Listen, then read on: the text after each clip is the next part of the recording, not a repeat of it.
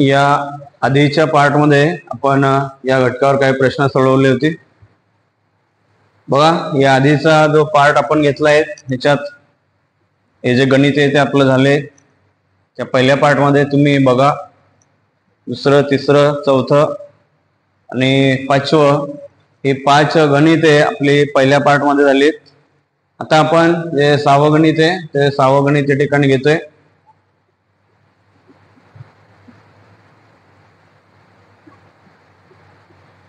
बघा काय म्हटले, रामरावांनी 3 वर्षापूर्वी एक कार 6 लाख रुपयास खरेदी केली।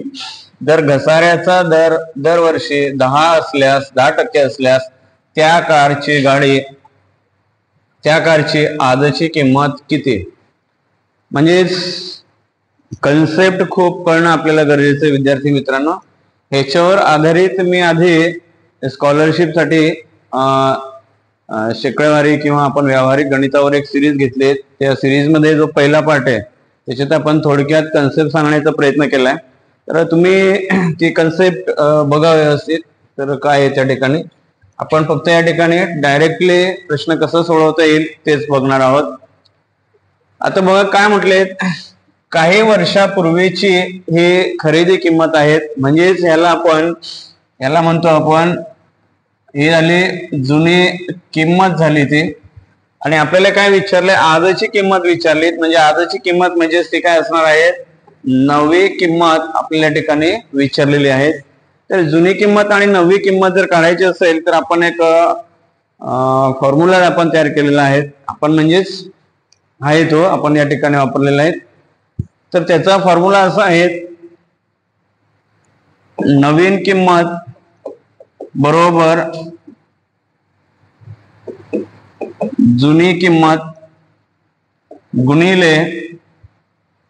गुणिले आता बघा 100/100 गुणिले 100/100 गुणिले 100/100। आता हेच नवी किंमत म्हणजेच वेगळं काही नाही, नवीन किंमत म्हणजेच ए असणार आहे।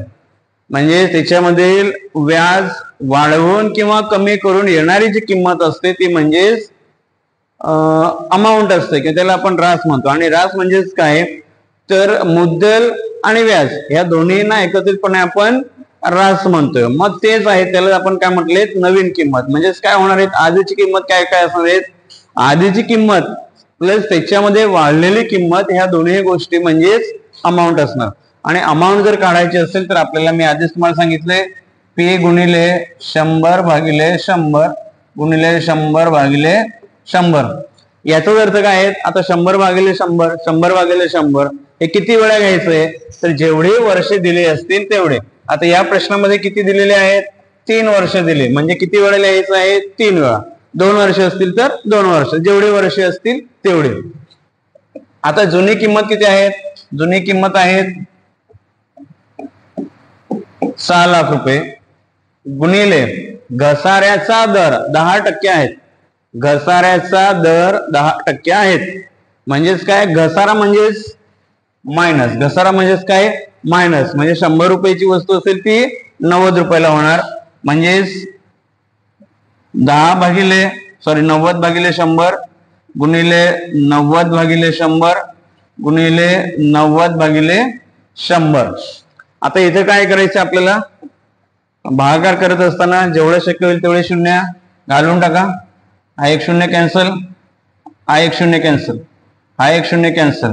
आता राहिले किती, 1 2 3 1 2 3 राहिले काय, 600 गुणिले 9 गुणिले 9 गुणिले 9 9 गुणिले 9 81 आणि 81 गुणिले म्हणजेच 9चा घन, 9चा घन किती आहेत 729। आता याचा गुणाकार करा, हे 2 शून्य जर आपण गुणाकार केला तर ती 2 शून्य तशीच येतील। 6 9 54, 5 हातच्याला 6 दून 12, 12 आणि 5 17, हातच्याला 1, 7 सकम 42, 42 आणि 1 43, 4,37,400 रुपये नवीन किंमत। म्हणजेच त्या कारची आजची किंमत किती असणार, घसारा झालेत ना, म्हणजे आधी 6 लाख होती म्हणजे घसारा झालाय, दरवर्षी कमी कमी प्राइस झाली, म्हणजे यावेळेस नक्कीच ती कमी होणार आहेत. किती आली, 4,37,400 रुपये. 4,37,400, 4,37,400 रुपये. सोपं आहे, तुम्ही फास्ट करू शकता, हे काय अडचण नाही.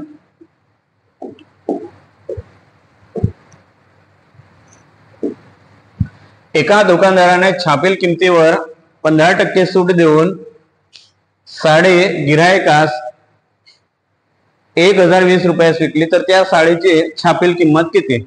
या आधी पण आपण एक प्रश्न असा घेतला होता पार्ट पहिला, त्याच्यामध्ये आपण डायरेक्टली प्रश्न सोडू. 15% सूट दिली, याचा अर्थ असा आहे 100 रुपयाची साडी 85 रुपयाला विकली.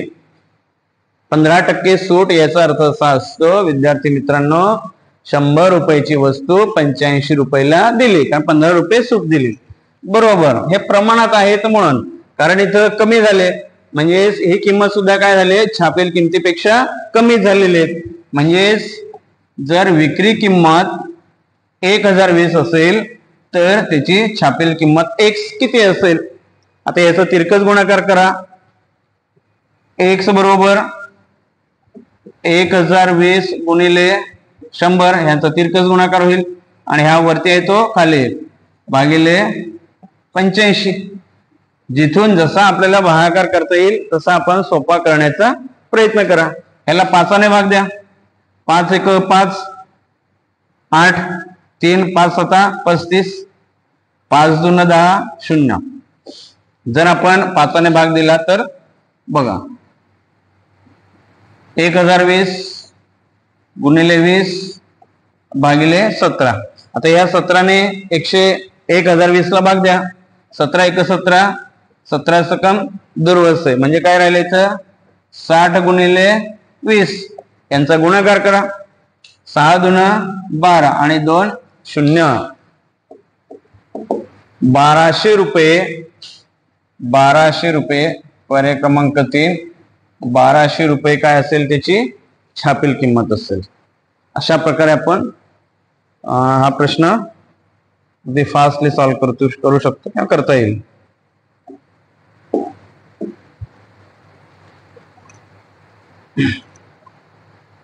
आठवा प्रश्न बघा. आठवा प्रश्न थोडासा काय म्हणूया आपण कठीण आहे असं म्हणायला काय हरकत नाही. थोडासा कठीण आहे पण आपण प्रयत्न करूया. इथे काय येतो थोडस वेळ जातो या ठिकाणी, पण आपण प्रयत्न करूया. काय म्हटले, 10,000 रुपये मुद्दलाचे दर साल दर शेकडा काही दराने म्हणजेच दर आपल्याला विचारलेला आहे, दर आपल्याला माहिती नाही, काही दराने 2 वर्षाचे चक्रवाढ व्याज आणि सरळ व्याज यातील फरक 81 रुपये आहेत. तर व्याजाचा दर किती आहे. म्हणजे 10,000 रुपये मुद्दल आहे, आपल्याला दर विचारलेला आहे आणि या चक्रवाढ व्याज आणि सरळ व्याज यांच्यामधील फरक किती आहेत, 81 आहेत. थोडेसे समजून घेण्याचा प्रयत्न करा. थोडेसे कन्सेप्च्युअल आहेत, आपल्याला कन्सेप्ट कशी या ठिकाणी वापरता येईल बघू.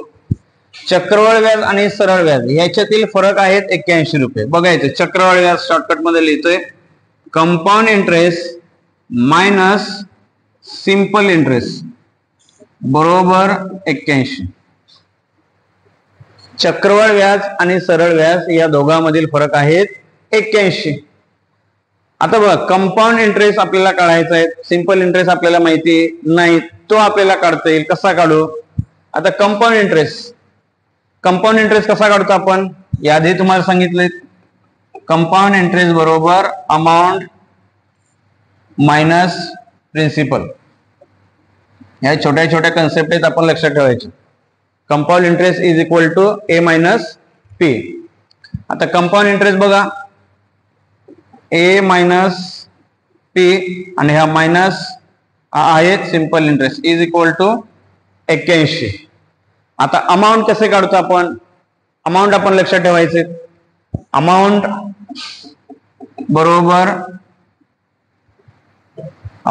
बरोबर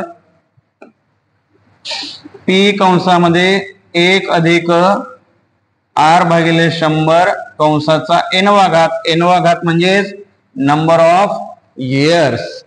आता ए चा फॉर्म्युला त्याच्यात लिहा. ए चा फॉर्म्युला P कंसामध्ये 1 अधिक आर भागिले 100 कंसाचा n वा घात, व्यवस्थित बघा, मायनस P, हा मायनस P. सिंपल इंटरेस्ट त्याचा फॉर्म्युला आपल्याला माहिती आहे. सिंपल इंटरेस्ट बरोबर PRN भागिले 100, त्याचाही फॉर्म्युला लिहा सिंपल इंटरेस्टचा, मायनस PRN भागिले 100 बरोबर 81. आता हा जो P आहे, P किती आहेत आपल्याला माहिती आहे. P आहे 10,000, P आहेत 10,000 कंसामध्ये 1 अधिक आर आहेत, आर आपल्याला विचारलाय, भागिले 100 आणि n म्हणजेच 2 वर्ष, वजा आता हे जे लिहिले ते आपण, ही जी पहिली टर्म आहे हे लिहिले, वजा हा P किती आहेत 10,000, हा वजा PRN, हा P आहेत 10,000 गुणिले आर आपल्याला माहित नाहीत, गुणिले वर्ष आहेत 2 भागिले 100 आणि बरोबर 81. प्रश्न थोडासा मोठा आहे पण सोपा आहे, काय कठीण नाहीत. आता पुन्हा इथे तुम्हाला एक छोटीशी याच्यातच कन्सेप्ट सांगतोय. कन्सेप्ट समजणे महत्वाचे आहे.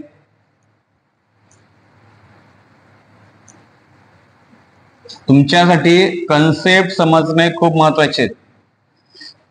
एक कन्सेप्ट आहे बघा, a plus b bracket square. हा दिसतोय का तुम्हाला a प्लस ब्रॅकेट स्क्वेअर? आहे सेम बघा.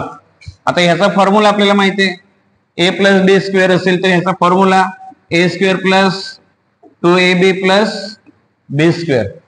आता हा फॉर्म्युल्याच्या सहाय्याने आपण हे लिहून घेऊयात. बघा इथे थोडासा प्रश्न लेंदी आहेत. 10,000 गुणिले हा जो ब्रॅकेट आहे, हा ब्रॅकेट आपल्याला सोडवायचे त्याप्रमाणे पहिल्या पदाचा वर्ग म्हणजे हे पहिलं पद आणि हे दुसरं पद. आता पहिल्या पदाचा वर्ग म्हणजे एकाचा वर्ग 1 अधिक पहिलं पद गुणिले दुसरं पद. आता हे पहिलं पद आणि हे दुसरं पद या दोघांचं काय करायचं आपल्याला? गुणाकार करायचा. गुणाकार केल्यावर काय येईल? अगदी सोपं आहे, a गुणिले b. हा a आणि b म्हणजेच 2 गुणिले 1 गुणिले r येईल इथे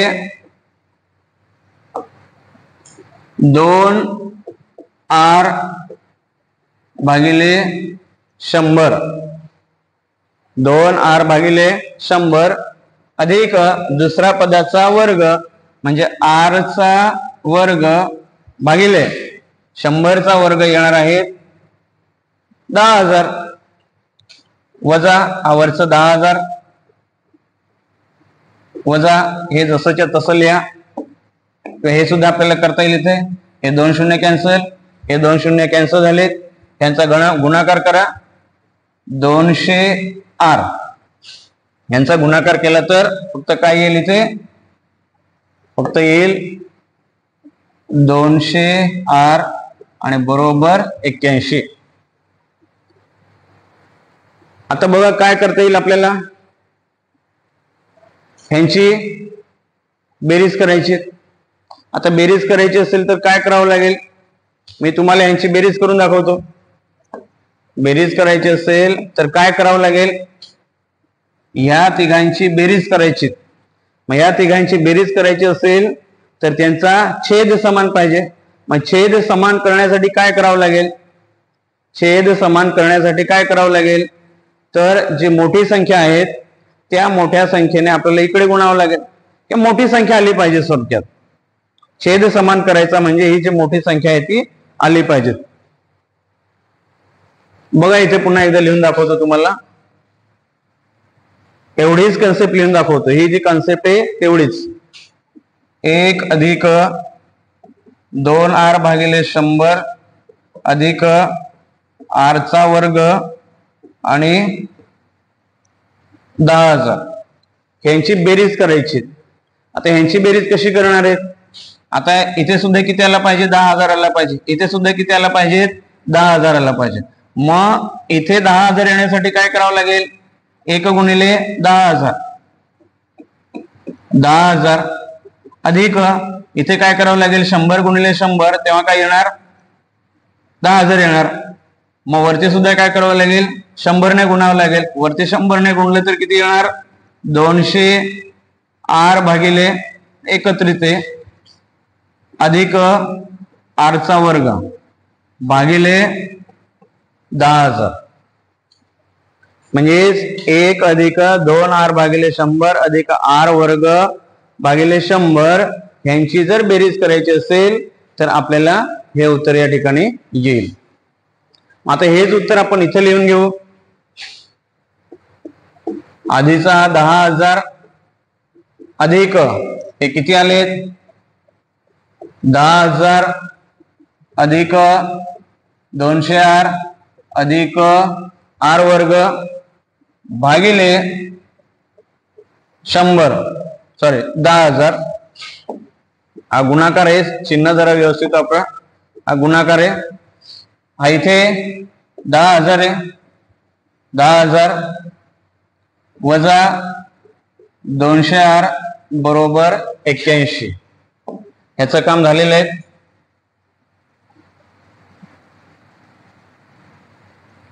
प्रश्न थोडासा लेंदी आहे पण प्रश्न सोडून चालणार नाहीत. अगदी सोप्या भाषेत मी तुम्हाला सांगण्याचा प्रयत्न केलेला आहे. आता काय होऊ शकते? आता इथं काय कॅन्सल होण्यासारखं असेल तर कॅन्सल करा. हा 10,000 कॅन्सल झाला. हा 10,000 कॅन्सल झाला. राहिलं काय? 10,000 अधिक 200r अधिक r वर्ग वजा 10,000 म्हणजे हा अधिक 10,000 आणि हा वजा 10,000 कॅन्सल होईल. हा अधिक 200r आणि हा वजा 200r हाही कॅन्सल होईल. बघा सगळं कॅन्सल झालं. राहिलं काय इथे? सोपं आहे की नाही? पण ते थोडीशी प्रोसेस लेंदी आहे पण ती करावी लागेल आपल्याला. राहिलं काय शेवटी? r स्क्वेअर आणि तिकडे 81.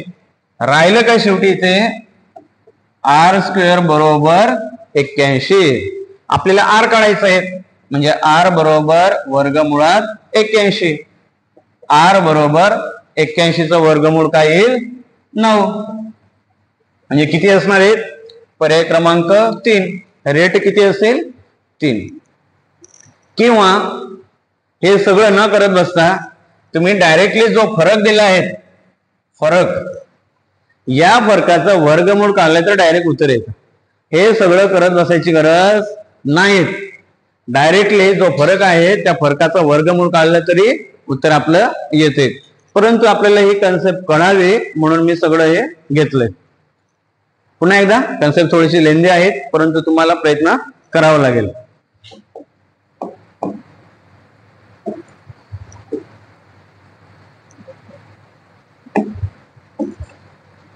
एका दलालामार्फत सतीशने 24,25,000 आता 24 लाख आकडे वगैरे आले तर घाबरून जाऊ नका. या आकड्यामध्ये काय नाही. ते लगेच भागाकार गुणाकारामध्ये सगळे शून्य निघून जातात. रुपये किमतीचा फ्लॅट प्रशांतला विकला. दलालाने दोघांकडून मिळून 98,000 रुपये दलाली घेतले तर दलालीचा दर किती? आता दोघांकडून 98,000 रुपये घेतले. आता दोघांकडून 98,000 म्हणजे भागिले 2 म्हणजे एकाकडून किती घेतले? एकाकडून त्याने घेतलेत 49,000. एकाकडून त्याने घेतलेत 49,000. आपल्याला आता रेट विचारले. आता आपल्याला माहिती आहे आपण काय करतोय? एका दलालामार्फत 24,50,000 रुपये आपण ती विक्री केली. आता हे किती पर्सेंटने? तर आपल्याला एक गोष्ट नक्कीच माहिती आहे. मी डायरेक्टली तुम्हाला सांगतोय 24,50,000 24,50,000 गुणिले आपल्याला दर विचारले दर माहिती नाहीत भागिले 100 आणि मग 24,25,000चा दर माहिती नाहीत, परंतु त्याला किती रुपये दिलेत आपण? 49,000. एवढंच. हे जर का आपल्याला मानता आलं तर आपण सहज या ठिकाणी उत्तर काढू शकतो. बघा इथे हे 2 शून्य कॅन्सल झाले, हे 2 शून्य कॅन्सल झाले, राहिलं काय? 24,500. 24,500 गुणिले आर बरोबर 49,000. आता ही जी किंमत आहे ती तिकडे जाईल. आर बरोबर 49,000. इथं गुणाकार आहेत म्हणजे इकडे आल्यावर काय होईल? तो इकडे आल्यावर होईल भागाकार. इथे आल्यावर होईल भागाकार. 24,500 भाग द्या. आता आर बरोबर हे 2 शून्य कॅन्सल, हे 2 शून्य कॅन्सल झाले. 245 गुणिले 2, 245 गुणिले 2, 290. जर आपण भाग दिला तर आपलं उत्तर येईल आर बरोबर 2. दलालीचा दर असेल 2%. सोपं आहे, तुम्ही फास्ट कॅल्क्युलेशन या ठिकाणी करू शकतात, परंतु प्रॅक्टिस मात्र तुम्हाला करावी लागेल. प्रॅक्टिस केल्याशिवाय तुम्हाला जमणार नाही. दर साल दर शेकडा 12.5 दराने 51,200 रुपये मुद्दलाचे 3 वर्षाचे चक्रवाढ व्याज आपल्याला विचारले. चक्रवाढ व्याज 12.5 दर आहेत. सेम आपल्याला माहिती आहे चक्रवाढ व्याज आपल्याला काढायचे म्हणजे कंपाऊंड इंटरेस्ट बरोबर ए मायनस पी. आता ए कसा काढतो आपल्याला माहिती आहे, पी गुणिले 100 भागिले 100 गुणिले 100 भागिले 100. आता 100 भागिले 100 हे किती वेळा घ्यायचे? जेवढे वर्ष असतील तेवढे, म्हणजेच गुणिले 100 भागिले 100 आणि हा वजा पी. आता हा पी किती होता? 51,200 गुणिले 100 भागिले 100. वाढीचा दर किती आहे? 12.5. 12.5 आणि हे 100 किती झाले? 112.5 भागिले 100. कारण 12.5 दराने वाढ होते किंवा व्याज त्याला द्यावं लागते. गुणिले 112.5 भागिले 100, 112.5 भागिले 100 आणि वजा 51,200. शून्य वगैरे व्यवस्थित लिहत चला. एकही शून्य इकडे तिकडे झाला तर आपल्या ठिकाणी थोडीशी अडचण येऊ शकेल. आता हा जो काही पॉइंट आहे, हा पॉइंट जर आपल्याला घालवायचा असेल तर आपण काय करू शकतो? तर ह्याला भाग देता येईल आपल्याला. तो भाग असा देता येईल 51,200 किंवा एवढं लेंदी करण्यापेक्षा आपण काय करूया, शॉर्टकट मध्ये कसं सोडवता येईल तर 112 पॉइंट ह्याला जर आपण भाग देण्याचा प्रयत्न केलाच तर ते जमेल आपल्याला सहज. 25 ने जर भाग दिला तर 25 चौक 100 आणि या इथे येते 4.5. 25 ने जर दोघांना भाग दिले तर 4.5 भागिले 4. इथे 4, 4.5, 4, 4.5 म्हणजे दोन्ही संख्येला जर 25 ने भाग दिला तर हे उत्तर या ठिकाणी येते. काय राहिले बघा, 51,200 गुणिले 4.5 गुणिले 4.5 गुणिले 4.5 भागिले 4 गुणिले 4 गुणिले 4 वजा 51,200. व्यवस्थित गुणाकार भागाकार करा. ह्या 4ने याला भाग देण्याचा प्रयत्न करा. 4 1 4, 4 1 4, 1 राहिला 11, 4 2 8, 3 32, 4 8 32 आणि हे 2 0. पुन्हा ह्या 4ने भाग द्या. 4 त्रिक 12, 0, 4 2 8 आणि हे 2 0. सॉरी 2 0 नव्हे, एक मिनिट. हे 4ने भाग दिले 4 त्रिक 12, 4 त्रिक 12, 4 दुने 8 आणि 2 शून्य. पुन्हा या 4 ने जर भाग दिला तर 4 आठे 32, 800 येईल. इथे 800 गुणिले 4.5 गुणिले 4.5 गुणिले 4.5 वजा 51,200. आणि मग आपण काय करायला पाहिजे, याचा गुणाकार करायला पाहिजे. उत्तर आपलं येईल या ठिकाणी, परंतु काय होते, जरा गणित लेंदी होते. आता जर गणित लेंदी होताना वाटत असेल तर आपण वेगळ्या पद्धतीने सुद्धा काढू शकतो. गणित जर लेंदी होते असं जर वाटत असेल तर वेगळ्या पद्धतीने सुद्धा आपण काढू शकतो. ती वेगळी पद्धत म्हणजेच नेहमीची पद्धत compound interest A minus P. A काय असतो, पी कंसात 1 अधिक r भागिले 100 कंसाचा n-वा घात आणि वजा पी.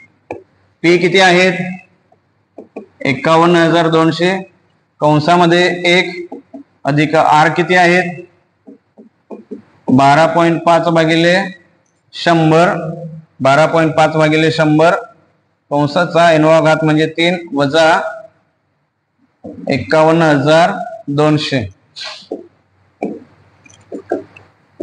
51,200 गुणिले 12.1 ने जर याला भाग दिले तर या ठिकाणी उत्तर येतंय 8. म्हणजेच 1 अधिक 1/8 कंसाचा 3रा घात वजा 51,200. 51,200 बघा, ते 51,200 गुणिले 8 × 8 आणि 8 आणि 1 9, 9/8 गुणिले 9/8 गुणिले 9/8 येईल या ठिकाणी आणि वजा 51,200. आता 512 म्हणजेच काय आहेत, 8चा घन आहेत. 512 म्हणजेच काय आहेत, 8चा घन आहेत. म्हणजेच काय येणार या ठिकाणी, जर भाग देण्याचा प्रयत्नच केला, बघा 8 × 8, 8 सक 48, 51 मधून 48 गेले 3, 32, 8 चौक 32, 64. पुन्हा याच्याने भाग द्या, 8 × 8, 8 8 64, 800, 8 × 8, 8 × 8 100, 100 गुणिले 9 गुणिले 9, 9 गुणिले म्हणजेच 9चा घन किती येणार आहेत, 729 वजा 51,200. आधी जे काही केले त्याच्याने सुद्धा आलेलं असतं, पण त्या ठिकाणी काय होत होतं, थोडंसं लेंदी होत होतं, म्हणून आपण काय केलं, वेगळी पद्धत वापरली. मग याच्याने सुद्धा आपल्याला सहज उत्तर काढता येईल. यांचा गुणाकार केला तर काय येणार, बघा 72,900 वजा 51,200. यांची वजाबाकी करा. वजाबाकी केली की आपल्याला उत्तर येईल. इथे वजाबाकी करून टाका. 72,900 वजा 51,200. शून्यातून शून्य गेला कॅन्सल, शून्यातून शून्य, 9तून 2 7, 2तून 1 1, 7तून 5 2, 21,700 रुपये आहे कुठे, ओके. 21,700 रुपये काय असेल त्याचं चक्रवाढ व्याज. 21,700 रुपये चक्रवाढ व्याज असेल. अशा प्रकारे आपण बरीच गणित सोडवलीत. बघा, इथं श्यामरावांनी 3,50,000 रुपये किमतीचा भूखंड दलालामार्फत विकत घेतला. या व्यवहारात दलाली शेकडा 3 रुपये ठरले, तर दलाला किती दलाली द्यावी लागली. आता त्याला किती, 100ला 3 रुपये दिले. एकदम सोपं आहेत.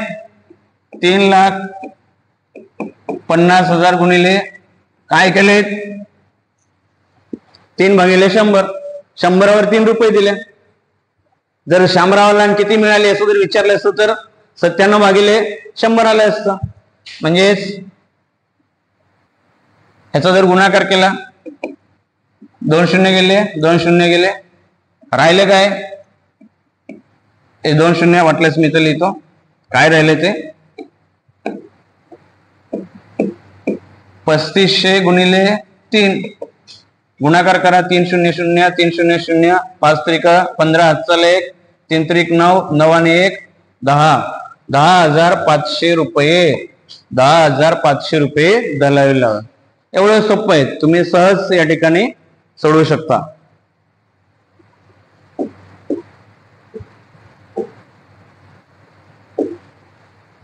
एका शहराची लोकसंख्या दरवर्षी 5% ने वाढते. 2012 साली त्या शहराची लोकसंख्या होती 1,20,000 होती. तर 2015 साली त्या शहराची लोकसंख्या किती. आता एक फॉर्म्युला आपल्याला नक्कीच माहिती आहे.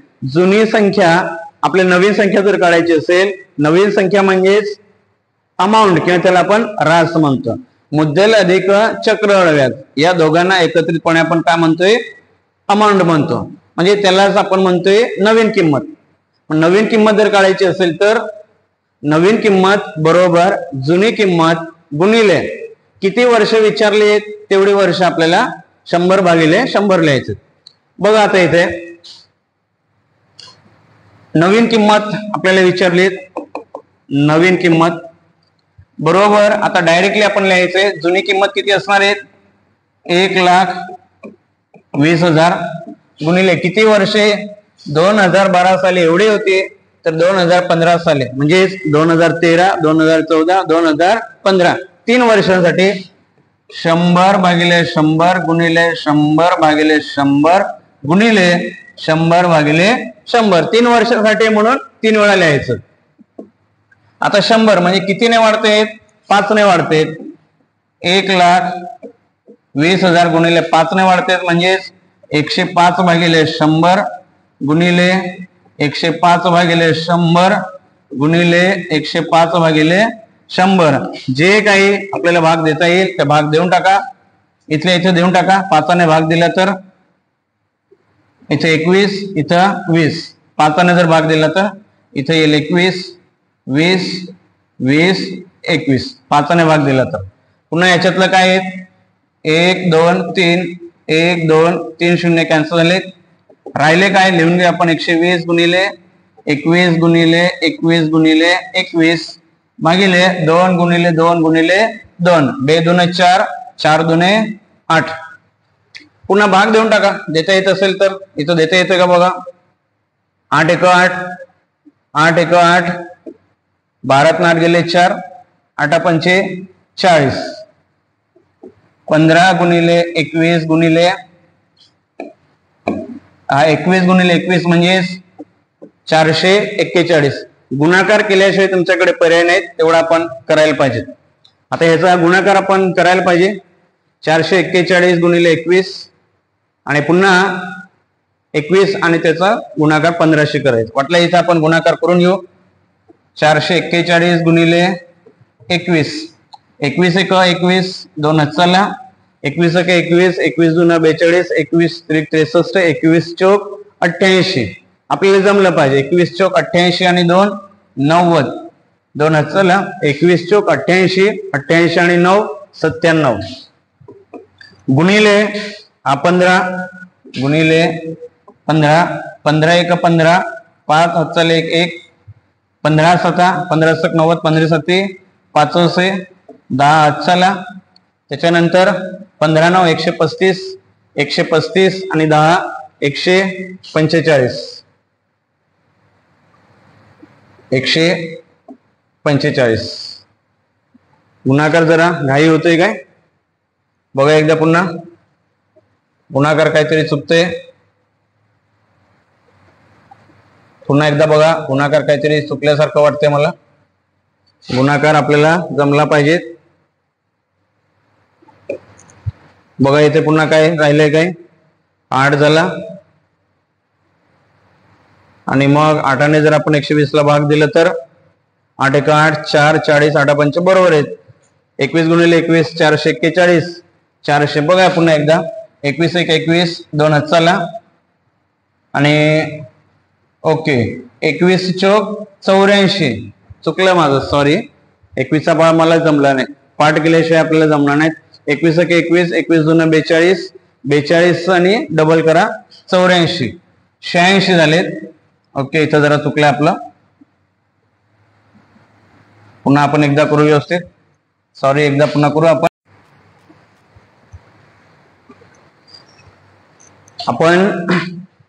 या प्रश्नाचं उत्तर वेगळ्या पद्धतीने आपण सोडवू शकतो. आपल्याला माहित आहे काय करायचं. आपण एक करू शकतो. 3 वर्ष आहेत म्हणजेच पहिलं वर्ष 1,20,000 गुणिले 5/100. 2 शून्य कॅन्सल, 2 शून्य कॅन्सल, 5 शून्य शून्य, 5 शून्य शून्य, 12 पंचे 60, 6,000. 1,20,000 मध्ये 6,000 मिळवा. 1,26,000 होतील दुसऱ्या वर्षासाठी. मग ह्याचे पुन्हा काय करायचे, 5/100. हे 2 शून्य कॅन्सल, हे 2 शून्य कॅन्सल, गुणाकार करा. 5 शून्य शून्य, 6 पंचे 30, 3 अच्चला, 5 दूना 10, 13 अच्चला 1, 5